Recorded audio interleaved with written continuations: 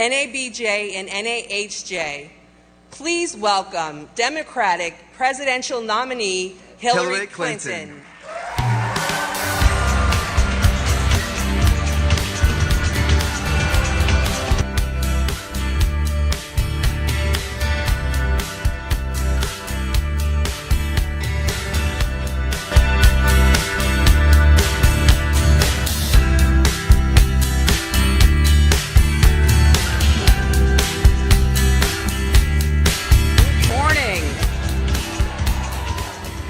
I am so pleased to be here. I want to thank you all for the invitation, for the introduction.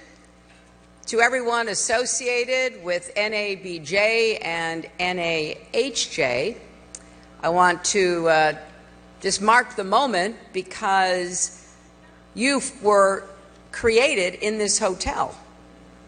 I don't know if there are any original founders, but if there are, could you all stand up and we could give you some recognition?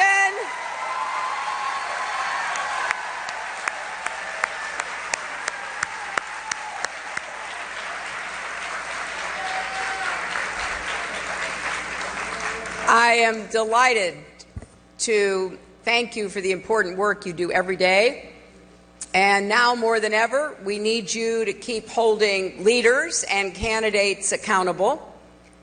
And in the tradition of path-breaking journalists like Ethel Payne and Ruben Salazar, we need you to make sure that America's front pages and nightly newscasts and online information reflects the great diversity of our nation. Someone that I had the privilege of knowing, the late, great Bob Maynard, former owner of the Oakland Tribune, once said, and I quote Bob, "It is in seeing ourselves whole that we can begin to see ways of working out our differences, of understanding our similarities, and becoming a more cohesive nation." And that is what you do every day, helping us to see ourselves as whole. I'm looking forward to our discussion, which I'm sure will cover a wide range of issues, but I want to take just a few minutes to focus on a challenge that doesn't get enough attention on the campaign trail, although I've been trying, and that is, how do we expand economic opportunity for African Americans and Latinos across America? And you know very well, it's been said, that when the economy catches a cold, communities of color get pneumonia. The Great Recession hit our whole country hard, but the toll was especially difficult for Black and Latino families. Black wealth was cut in half. For Latinos, it dropped 66%. That represented decades, even generations of hard work. And during these past 18 months, people across our country have described to me how hard it's been to get back on their feet in an economy that is still not working the way we all want to see it. And barriers of systemic racism makes that even harder. Now, I believe that President Obama does not get the credit he deserves for leading us out of the Great Recession. And I like to remind people he had nothing to do with creating it in the first place. He came into office, and this worst of all financial crises since the Great Depression was handed to him. And I think if you fairly look at the record, you have to conclude that his leadership saved us from a Great Depression. So as bad as things became, 9 million jobs lost, 5 million homes lost, $13 trillion in family wealth wiped out. As bad as it was, there's no telling how far down we would have gone without his leadership. So we are out of the ditch that we were in, and now we've got to do even more. We've got to build on the progress we've made, 15 million new jobs in the last 7.5 years, 20 million people now have health insurance who did not have it before he became president. So we've got to have the will and the plans together to move forward. That's why I've proposed a comprehensive new commitment to African American and Latino communities to make serious, sustained investments to create more good-paying jobs, to help families build and rebuild wealth, to support Black and Latino-owned small businesses. For me, these aren't just economic issues. They're part of the long, continuing struggle for civil rights. Rosa Parks opened up every seat on the bus. Now we've got to expand economic opportunities so everyone can afford the fare. And we have to make sure the bus route reaches every neighborhood and connects families with safe, affordable housing and good jobs. Sylvia Mendez and Ruby Bridges helped desegregate our schools. Now we've got to help every family afford the books, computers, and internet access that our kids need to learn in the 21st century. And so in my first 100 days as president, we will work with both parties to pass the biggest investment in new, good-paying jobs since World War II. That includes jobs in manufacturing, clean energy, technology and innovation, small businesses, and infrastructure. If we invest in infrastructure now, we will not only create jobs today, we will lay the foundation for the jobs of the future. We're going to also focus on creating jobs in communities where unemployment remains stubbornly high after generations of underinvestment and neglect. I'm a big fan of Congressman Jim Clyburn's 10-20-30 plan, steering 10% of federal investment to neighborhoods where 20% of the population has been living below the poverty line for 30 years. We need that kind of focused, targeted investment in urban places, rural places, wherever Americans have been left out and left behind. We're also going to invest $20 billion in creating jobs for young people.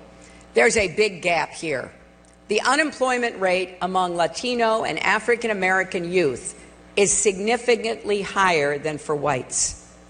You know, it's hard to write a resume if you have nothing to put on it. We're going to help our young people get that first job so they can get that second job, so they can build a good, solid, middle-class life that will give them and their families a better future. We're also going to do more to help Black and Latino entrepreneurs get access to capital so they have a real chance at turning their ideas into thriving businesses. Now, I think that's not only good for those entrepreneurs, it's good for their families, their workers, and their communities. Additionally, as part of our end-to-end reform of the criminal justice system, we're going to help people succeed when they return home from jail or prison. We're going to ban the box so they can be judged by their skills and talents, not by their past. And we will dedicate $5 billion to provide training and support to returning citizens so they can get a good-paying job. And in my first 100 days, I'm going to introduce legislation for comprehensive immigration reform with a path to citizenship. That's not only the right thing to do, every independent analysis shows it will add hundreds of billions of dollars to our economy. It will also keep families together. We need to bring hardworking people out of the shadows. America has always been a place where people from around the world work hard and apply their talents to American growth and innovation in pursuit of their own dreams. So we're going to do everything we can to get this done. We need to build an economy and a future that every American can be proud of and be a part of. An economy that works for everyone, not just those at the top. That will be my mission as president. These are just some of the highlights of our plan. I hope you will go to my website, hillaryclinton.com, to read the details, including how we are going to pay for everything I've proposed. And of course, I hope you will compare what I'm proposing to what my opponent is talking about. Now, here's one measure that you could use for that comparison. An independent economist recently calculated that if my agenda for jobs and growth is put into place, our economy would create at least 10.4 million jobs within 4 years.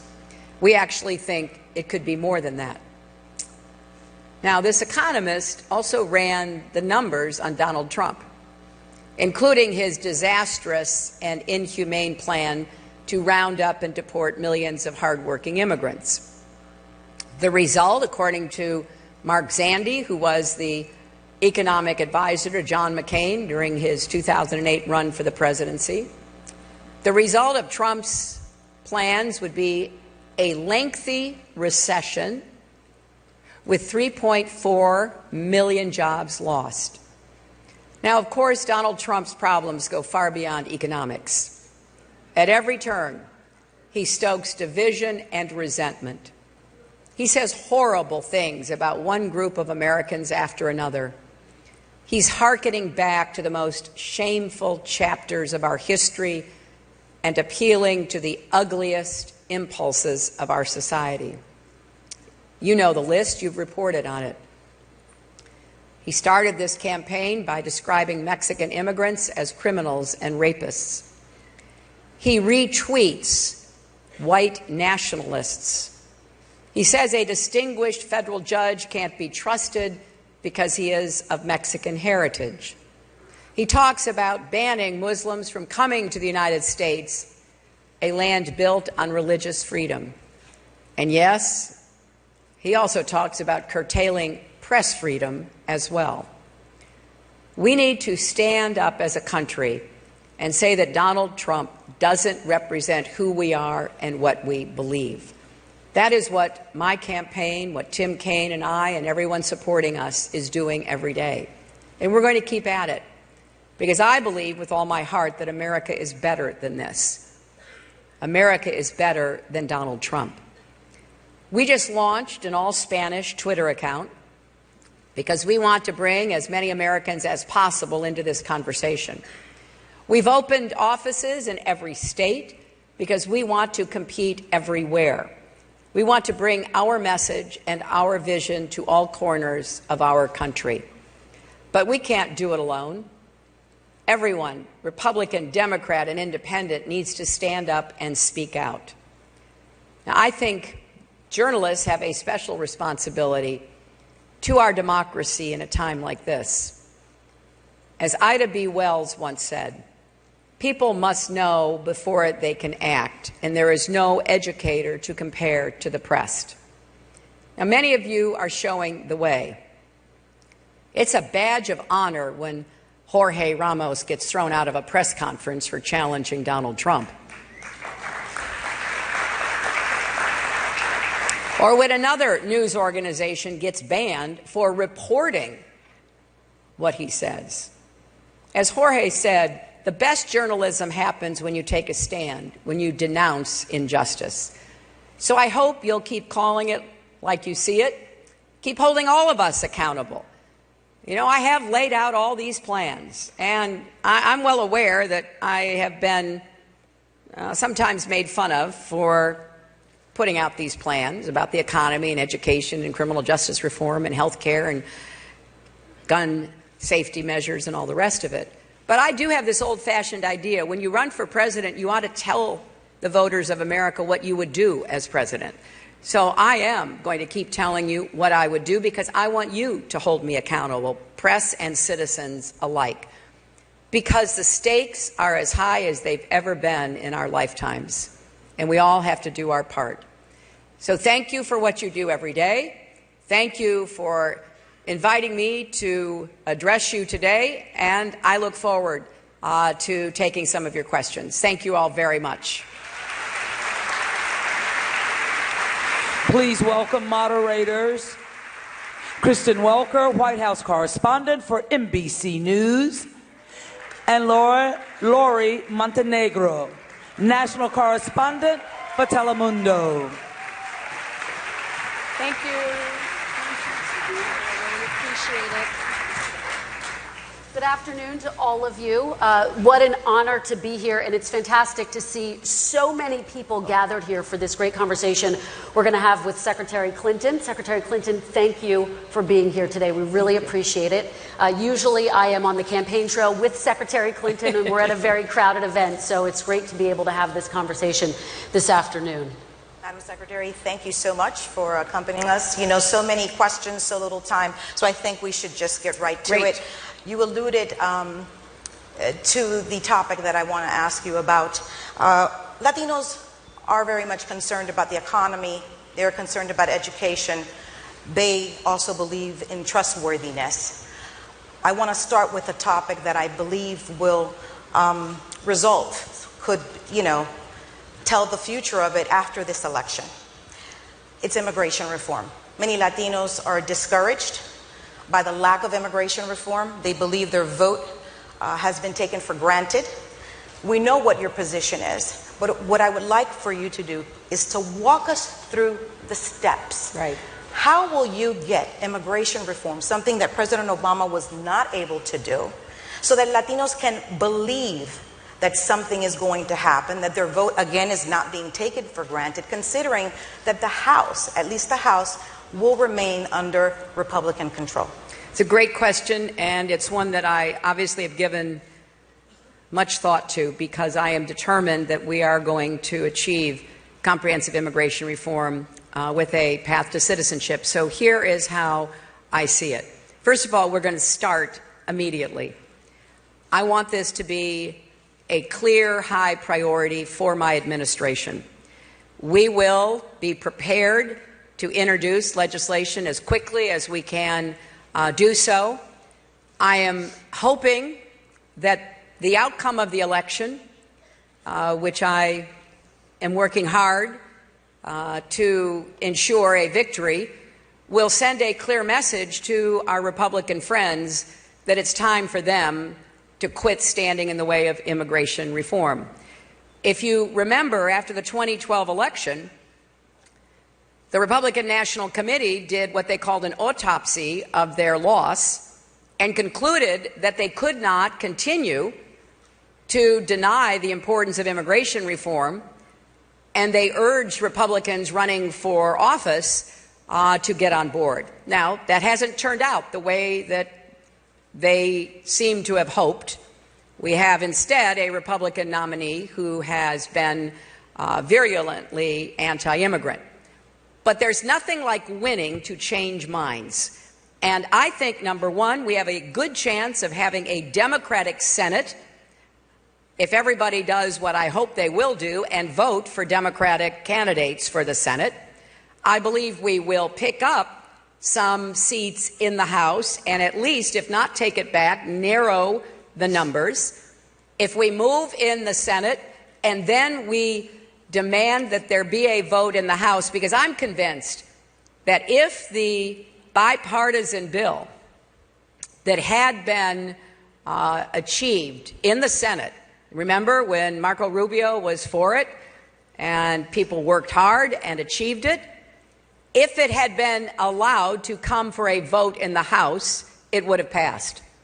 So I view the political landscape as increasingly favorable to us making this happen. I will also defend the President's executive actions. I, like you, was disappointed with the Supreme Court decision, but remember what it did.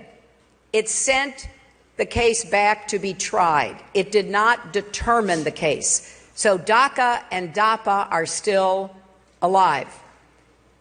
Trump has said one of his first acts as president would be to eliminate every executive order that President Obama has signed, including those on immigration issues. So I will defend DACA and DAPA while I work vigorously for immigration reform. I have proposed an Office of Immigrant Affairs for the White House so that we are able to answer questions and provide information and help people. I will take a very hard look at the deportation priorities. My priority are violent criminals, people suspected of any kind of connection to terrorism, not hardworking mothers and fathers, and people who go to work, help support this economy, pay $12 billion a year into Social Security. So we will take a hard look at that. We will close private detention centers, just like I want to end private prisons. We're going to close private detention centers. So I have a very active agenda, and we're going to be moving on it. And I believe, and obviously it depends upon the outcome of this election, which is why it's so important to register more voters. My campaign's trying to register 3 million more voters, convince people to turn out, because we're going to start early and we're going to be tenacious and absolutely committed to getting a positive result. And I think the chances, once we win, will improve dramatically. Madam Secretary, you spoke about the deportations. President Obama, some call the deporter-in-chief. You have alluded already to your priority will be criminals, but how do you walk back the deportations? There are people who are not criminals that are deported daily from this country. How do you walk back the deportations, comply with the law, and not inherit the title of deporter-in-chief? And at the same time, all these steps to help mobilize the Latino community to the polls, many who still believe that their vote was taken for granted in 2008, 2012, and then we have the emails from WikiLeaks that say that they are the loyalty brand of the party. Well, look, I think that the president was committed to immigration reform. It's one of the reasons we got the bipartisan bill passed in the Senate. And what we didn't get, though, was enough political pressure to turn that bill into a voting issue in the 2010 midterm election. And here's one of my frustrations. People turn out to vote for presidential elections and then often don't for midterm elections. So we lost a lot of the leverage because we lost the House of Representatives. So nothing happens easily or quickly in modern politics in America, but here is what I know. As I have said, we are not going to be deporting hard-working people and break up families. I've been on record for a year and a half about this, and that will be how I direct the Department of Homeland Security to act.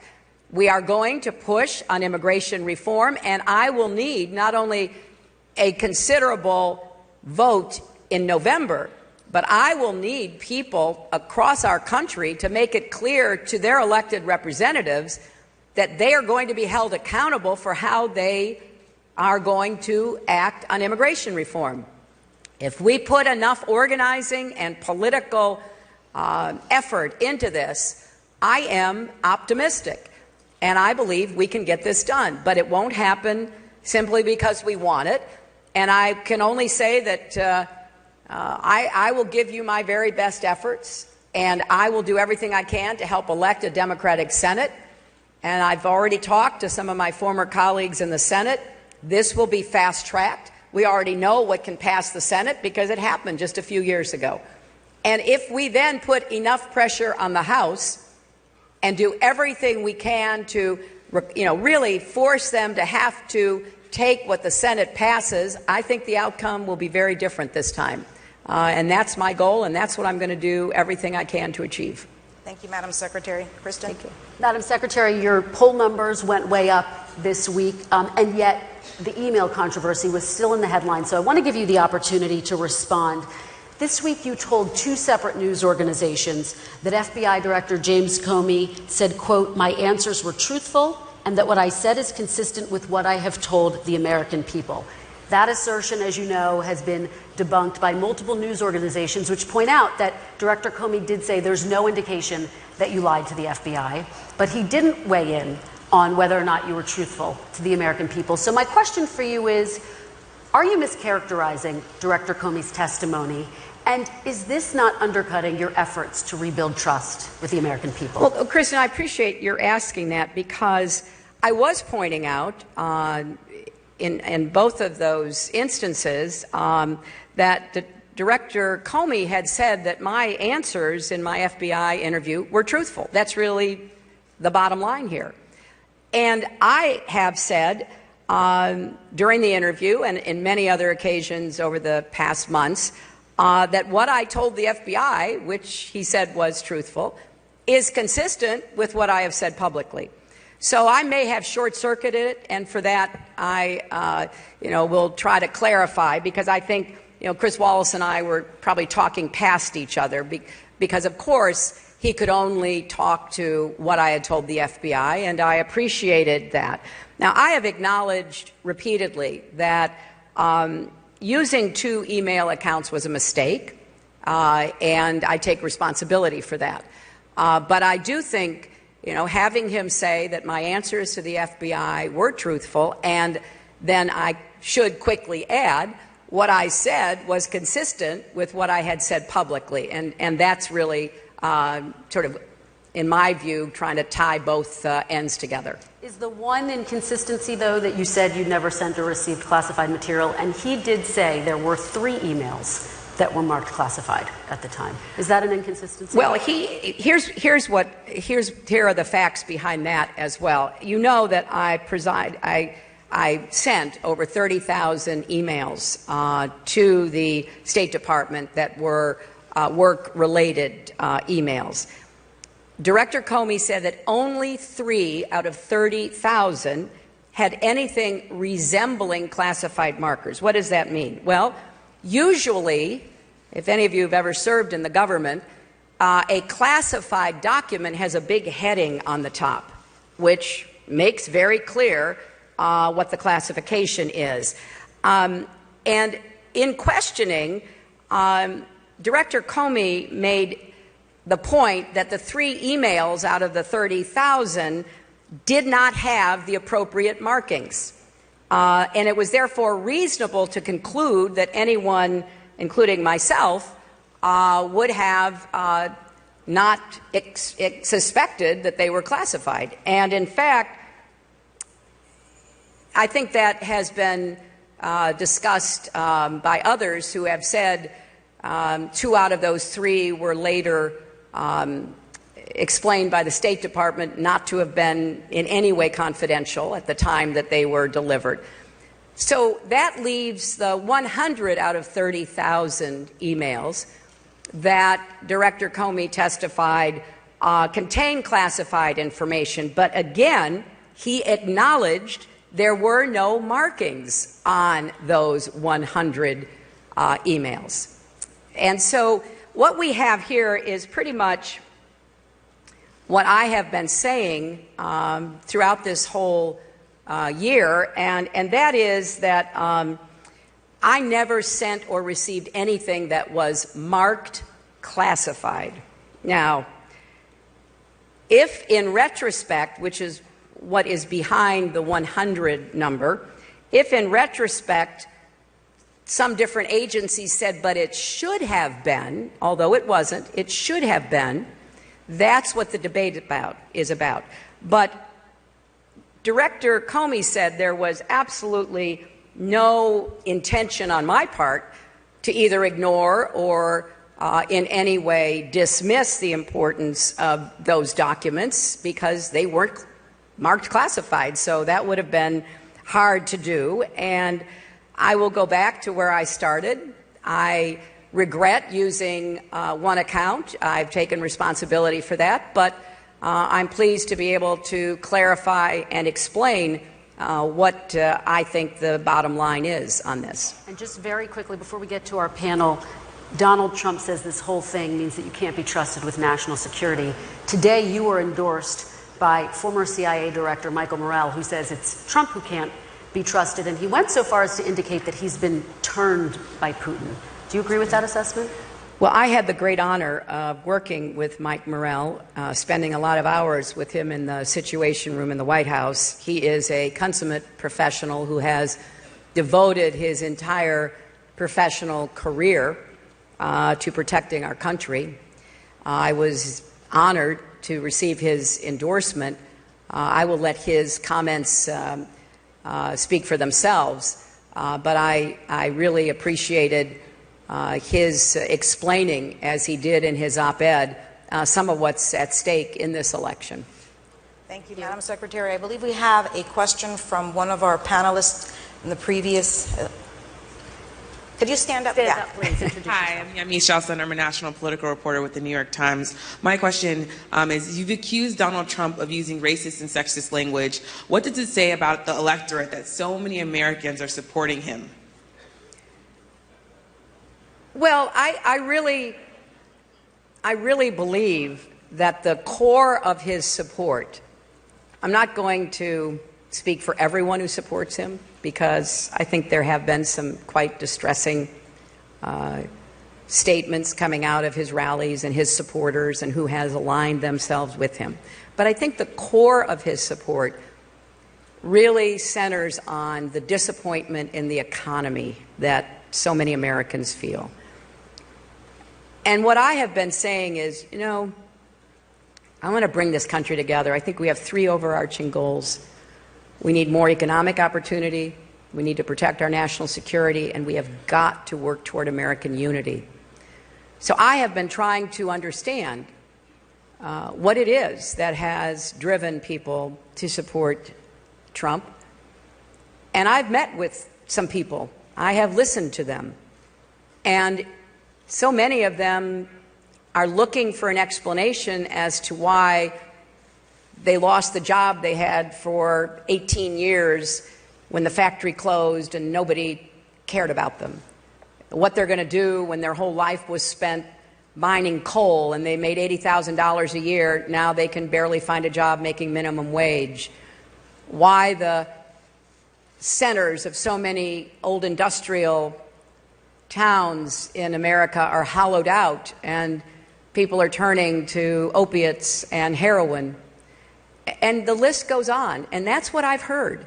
So I think we have to recognize that, of course, some of the appeal is xenophobic and racist and misogynistic and offensive. We have to acknowledge that.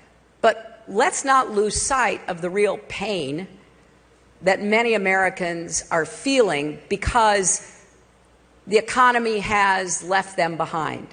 So I said it again in my acceptance speech last Thursday, I want to be the president for all Americans. I want to lift up and give everybody a chance to pursue their dreams. And that means people who are supporting him. When I went to West Virginia, I knew that I was not going to win West Virginia, I can tell you that. And I was in a meeting with a group of folks, including a coal miner who was incredibly emotional in talking to me. And outside, there was a big Trump protest going on. And one of the people at the protest, for goodness sakes, was Blankenship, who had just been convicted of reckless indifference toward the well-being of his coal miners, causing deaths. So clearly the lines are pretty stark. But I have said, you know, I've got a plan for coal country, I've got a plan for Indian country, I've got a plan for inner cities, I've got a plan for rural communities. It's one of the reasons, as I said in my remarks, that I support Jim Clyburn's 10-20-30 proposal, which would help all kinds of communities in America. Jim and I have talked about this.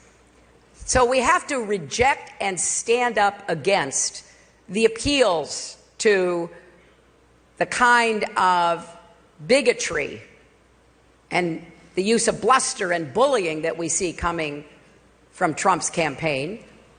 But let's not forget the real economic challenges that too many Americans of all backgrounds are facing today.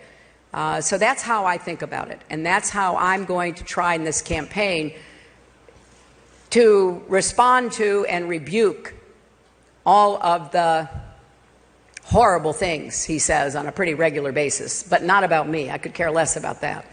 But when he goes after individuals, when he accuses a distinguished federal judge of Mexican heritage of not being fair, when he insults a Gold Star family of a Muslim American who served in the military, you know the list. I will stand up and call him out on that. But I will also keep reaching out to Americans of all races and ethnicities and wherever they live to tell them that I am not going to forget about them after this election. I'm going to work my heart out to help every single person have a better job with a rising income and make sure their kids get a good education and everything else that I think they're owed here in America. Great, wonderful. And I think we have another question from our panel. Madam Secretary, Ed O'Keefe of the Washington Post, thank you for being here, and I think on behalf of all of us, we encourage you to do this more often with reporters across the country, especially those news organizations that travel the country with you everywhere you go. A majority of voters consistently say, frankly, they don't like you and they don't trust you. And they say pretty much the same thing about Donald Trump. Either you or Mr. Trump will be elected president. How would you lead a nation where a majority of Americans mistrust you? And what extra responsibility might you have to show that you're up to the task? Well, let me start by saying every time I have done a job, people have counted on me and trusted me. And at the convention last week, we highlighted the fights of my life, starting as a lawyer for the Children's Defense Fund, taking on the problem of juveniles in adult jails in South Carolina, segregated academies, so-called, in Alabama, fighting for kids with disabilities to get an education, and all the way through the work I did as senator after 9/11 and representing all of you as Secretary of State. So there is, and I take this seriously. Don't doubt that. I take it seriously. It doesn't make me feel good when people say those things, and I recognize that I have work to do. But when I started running for the Senate in New York, a lot of the same things were said. I won. I worked hard for the people of New York, and I was reelected with 67% of the vote after I demonstrated that I would be on their side. I would fight for the people I represented. I ran a really hard campaign against Barack Obama, as I think everybody remembers. It got a little contentious from time to time. And to my surprise, he turns around and asks me to be Secretary of State because he trusted me. And then I served as Secretary of State. And when I left, I had a 66% approval rating. So ask yourselves, were 67% of the people in New York wrong? Were 66% of the American public wrong? Or maybe, just maybe, when I'm actually running for a job, there is a real benefit to those on the other side in trying to stir up as much concern as possible. So I take it seriously, and I'm going to work my heart out in this campaign and as president to produce results for people, to get the economy to work for everybody, not just those at the top, to do as much as I can to help people who, as I said earlier, may not even vote for me, because I think our country is at a crossroads election. President Obama said it extremely well, both in what his speech discussed in the convention, what his press conferences since have pointed out. This is a crossroads election. There is so much at stake. You can look at my record of public service. You can meet people and families who were benefited by the Children's Health Insurance Program. You can meet people who were benefited by reforming the foster care and adoption system. You can meet first responders and survivors from 9/11 who were benefited because I went to bat for them. You can meet National Guards members and their families who didn't have health care unless they were deployed before I worked with Republicans to fix that. You can go down a long list, and we'd be happy to provide it to you, of what I have done because I believe in public service. And I am proud that I've had the great opportunity to work on behalf of giving more people a better life ever since I was right out of law school. So I'm just going to get up every day and make my case. And I think there'll be an opportunity for a lot of people to actually hear it. Madam Secretary. Kevin Merida, editor-in-chief of The Undefeated at ESPN. What is the most meaningful conversation you've had with an African American friend? Oh my gosh. Well, can I tell you that I am blessed to have a crew of great friends. And I've had two chiefs of staff who were my African American women friends, Maggie Williams and Cheryl Mills. I have been blessed to have people by my side in politics, like Minyon Moore, who's one of the leaders of my campaign. I've had a great group of young people who I have been really motivated by and frankly learned from. So I really have had a lifetime of friendship, going back to my college years when one of my best friends was an African American student. So I can't compress into one conversation. They've supported me, they've chastised me, they've raised issues with me, they've tried to expand my musical tastes. So we've had a lot of great times because of our friendships. So I can't really pick one conversation out of 50 years of conversation, and I don't want to embarrass my friends. Peggy Lewis is here. She just became the Dean of Communications at Trinity, Washington. I want to congratulate her. Donna Brazil is here. She's our acting chair of the DNC.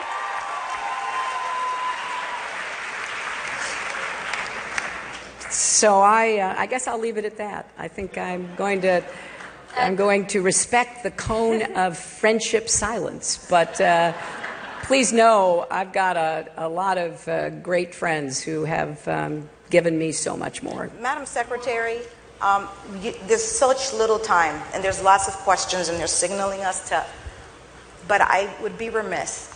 We're in a room full of Latino journalists, and I have to ask you, and give you an opportunity to respond and set the record clear. Does the Democratic Party, does your campaign take Latino voters seriously, or are you taking them for granted that they will automatically vote Democrat? Well, I take them seriously because I've had the great privilege of working for many years with Latino leaders, activists, businessmen and women. Just as I responded to the question, my first experience working on behalf of Latinos was, well, actually, even before I was a legal services lawyer, through my church, I babysat Latino kids on Saturdays while their parents and older siblings went to the fields outside of my home in Chicago, which used to be, hard to believe now, miles of farmland. It was my first real lesson in how much more we all have in common. There I was, 11 or 12 years old, babysitting these little kids, and at the end of the day, the old ramshackle bus stopped at the end of the road, and the parents and the older brothers and sisters got out, and these little kids just broke loose and started running down that road with their arms outstretched, calling for their mothers and their fathers, and getting swept up in very tired arms. And then when I was a little bit older, my church arranged exchanges with Latino churches. We would go into the city of Chicago, sit in church basements, talk about our lives. And again, it reinforced what to me was so much of a common sense of, what we wanted in our lives, even though their lives and mine were very different. And as a legal services lawyer, as the chair of the Legal Services Corporation, we expanded legal services into places against a lot of political opposition. So I feel very fortunate that I've had the chance to work with and learn from so many Latinas and Latinos across America. When I ran For the Senate, I worked closely with our elected representatives, both at the city, state, and national level. I was honored that they rallied around to support me and were part of the great victory that we had in the primary in New York. So no, I don't take any voter for granted. And I particularly don't take any voter who is placing their trust and confidence in me for granted. Because I am going to get up, as I said, every single day and work my heart out to get the results that I have told you we're going to achieve together. And I know it's hard. I've been around, as you all know very well. I'm not new to this. It doesn't happen by hoping it happens or wishing it happens. It happens by doing everything you possibly can. And I am blessed to have such close working relationships and friendships with Latino leaders. Tonight at my house, we will be having a big event with Latino business leaders coming from around America. And so I'm going to do what I've always done. You see, I think at the core of political leadership is relationship. You've got to build relationships with individuals and communities. I know that doesn't happen by just asking for it. It happens because you work hard to achieve it. So I'm going to do everything I can to make sure that any Latino voter who votes for me knows that I'm going to be doing my best to deliver on everything that I've said. And I will tell you as we go along what the challenges are, because I may need to ask your help. I may need you to put pressure on elected officials. I may need you to flood the internet or flood the old-fashioned, mailbox of elected representatives so they know people are watching. But that's how we're going to get it done. And I'm actually pretty confident and optimistic about that. So I hope that people will take this election seriously, because I sure take you seriously. And together, I think we can create the kind of future that every one of our kids and grandkids deserves. Thank you all very much. Secretary Clinton, we are out of time. We want to thank you very much. Everyone, please give a big round of applause to Secretary Clinton for coming and answering our questions. We really appreciate it. Thank you for your time. Thank you very much.